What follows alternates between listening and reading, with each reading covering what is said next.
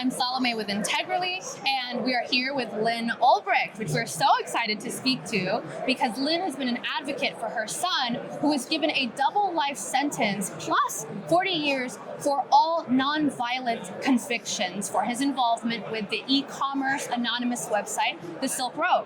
I am so happy to say that Ross has since been pardoned after serving over a decade. And so now Lyn has launched her next effort, which is MAX, Mothers Against Cruel Sentencing. So we're gonna hop into our Q&A here. So let me check out this question that we have first. Agree or disagree, and why? The criminal justice system isn't perfect, but reform attempts are more likely to do harm than good. I don't understand why reform attempts would do harm. I think that it needs to be reformed, that's for sure. And if we keep attempting and speaking out and pointing out flaws, I think it's going to do good. I'm hoping it's going to do good. That's the whole point of MAX, is to call attention to this situation, because sentencing used to be reasonable. And it's part of our Constitution, it's part of our tradition. And since the drug war in the 80s, it has absolutely mushroomed and made us the biggest incarcerator in the world. And because people stay in for life-destroying sentences, and it's not necessary. And the Sentencing Reform Act says a sentence should be no longer than necessary. And yet, so many people, and I've met them through the years, which inspired me to do this, is these sentences. They're just jaw-dropping when you hear, you got that? Yeah. For what? You know, and I'm not saying there aren't people that need to be in prison that are dangerous to society. I get that, of course.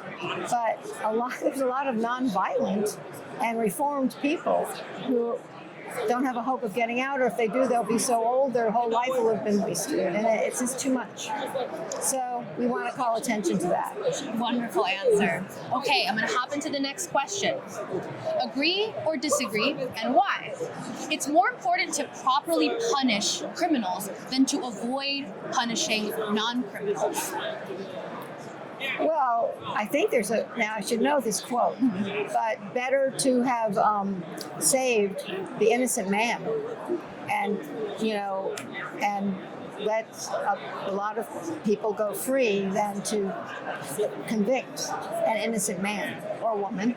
And, God, I wish I had that quote on the tip of my tongue. Franklin. I know what it is. Okay. It's I something need to memorize like that. You're close, you got it. But basically, our whole system is based on justice, and someone being convicted and sentenced and sometimes executed or given a death in prison sentence, essentially, is so egregious and so offensive to our values that, yes, it's worse. It's worse to convict that person. Excellent. Okay, our last question. Is harsh sentencing necessary for deterring criminal behavior?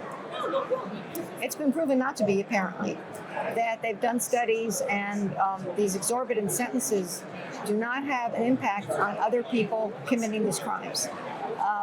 The judge in Ross's case said, oh, well, this is going to deter people. I'm making you an example. The day after she gave him that outrageous sentence, that unconstitutional, horrendous sentence that she did, the darknet markets just went up and everybody started having them. It's a strange phenomenon, but it was just, no, it doesn't work. That is not what works. And so no. I mean, or what was your? Is it work? Yeah, basically, it doesn't work. It doesn't work. Harsh sentencing doesn't work. Yeah. Not really. No. And the fallout, not only to the prisoners, but their families, the destruction of families, and it's not only the prisoners doing time. I can tell you, I did time when Ross was in prison. Our family did time when Ross was in prison. It is not just the prisoner, and whole communities in some cases are harmed. It's not necessary. The length it's too harsh. And before the drug war in the 1980s, these sentences were unheard of. And when I was growing up, that you never heard about life sentences, but very rarely. And now they've exponentially mushroomed into, I think it's like 800% or something crazy. So many more life sentences. It's almost common. I was talking to someone today. She said there's thousands of people serving either life or life-destroying sentences for marijuana. Right. This is wrong. Yeah. Yeah. I agree. Yeah. But let us know your take on the Integrally app. You can go to the link in our description where you can share your take, whether you agree, whether you disagree, and why. And we're looking forward to hearing that on Integrally.